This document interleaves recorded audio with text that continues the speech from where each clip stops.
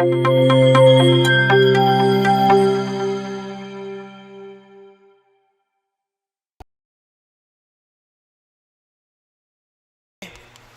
एक लेटीट्यूड भी और आपको लाइन याद रखना है, द लाइन ऑफ कैंसर या कर्क रेखा।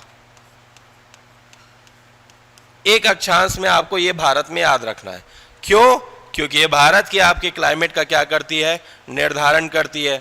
हमारे ग्लोब में अक्षांश रेखा हमने देखा था जो पूरे विश्व में आपकी जलवायु का निर्धारण करती है। एक 0 डिग्री क्या हो गई, इक्वेटर हो गई, ठीक। 23.5 डिग्री जो एक अक्षांश रेखा होगी उत्तरी गोलार्ध में, उसको हम क्या कहेंगे, उत्तरी गोलार्ध में ना। और यही समान आपके विस्तार में अगर हम दक्षिणी गोलार्ध में देखेंगे तो इसको हम क्या कहेंगे, मकर रेखा। भारत स्थित किस में है आपके, उत्तरी गोलार्ध में। और जो 23.5 डिग्री जो आपकी एक लाइन जो खींची गई है उसको हम किस नाम से पुकारते हैं, कर्क रेखा के नाम से, ठीक है।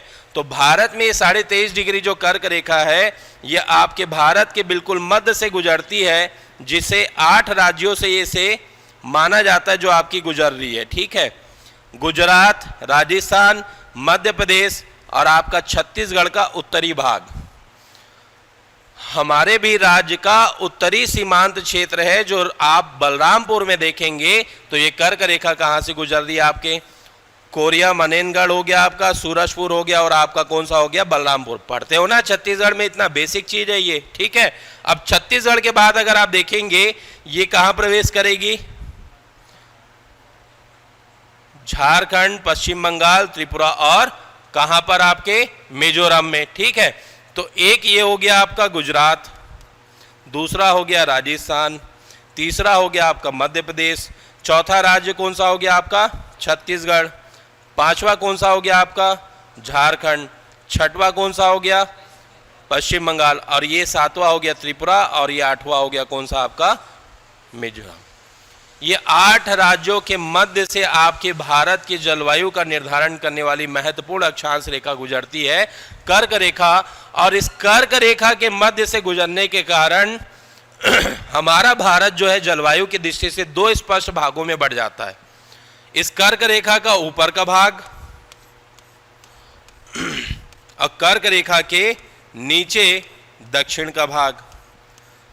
यदि आपको भारत में केवल गर्मी का ही एहसास चाहिए, ऐसा आपका क्षेत्र जहां पर तापमान ज़्यादा हो, गर्मी में सामान्यतः अगर आप देखेंगे आर्द्रता उमस ज़्यादा मिले, तो आपको कर्क रेखा के नीचे आना पड़ेगा, जिसको कहा जाता है उष्ण या ट्रॉपिकल एरिया ऑफ इंडिया। इसे क्या कहा जाएगा, उष्ण या ट्रॉपिकल एरिया। ऐसा नहीं कि यहाँ ठंड नहीं रहेगी, ठंड का एहसास होगा आपको, लेकिन उतना अधिक ठंड का एहसास नहीं होगा।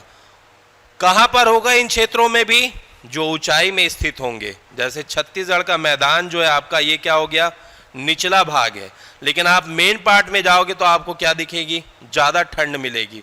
लेकिन दक्षिण जो कर्क रेखा का भाग है वो किस में आ जाता है, आपके उष्ण कटिबंध यानी ट्रॉपिकल एरिया में। लेकिन कर्क रेखा के ऊपर का जो भाग है ये आ जाता है समशीतोष्ण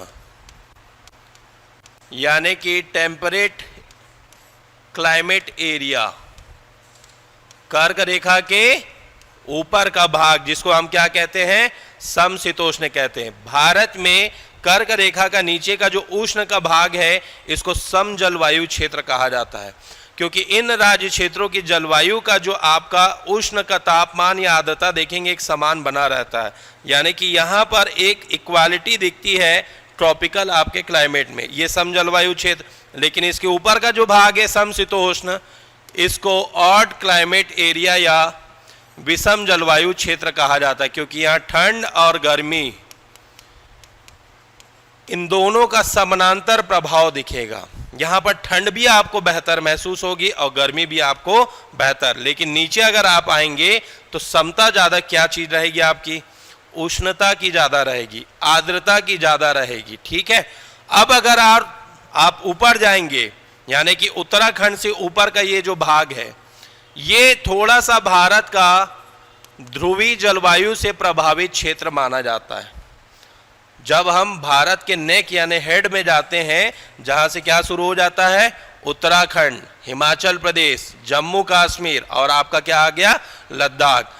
आप सुने होंगे कि गर्मी की छुट्टी जैसी होती है, आपके छत्तीसगढ़ के लोग नॉर्थ में आजकल ज़्यादा जाते हैं, या नॉर्थ ईस्ट में देखेंगे तो सिक्किम, जैसे दार्जिलिंग हो गया आपका, ठीक।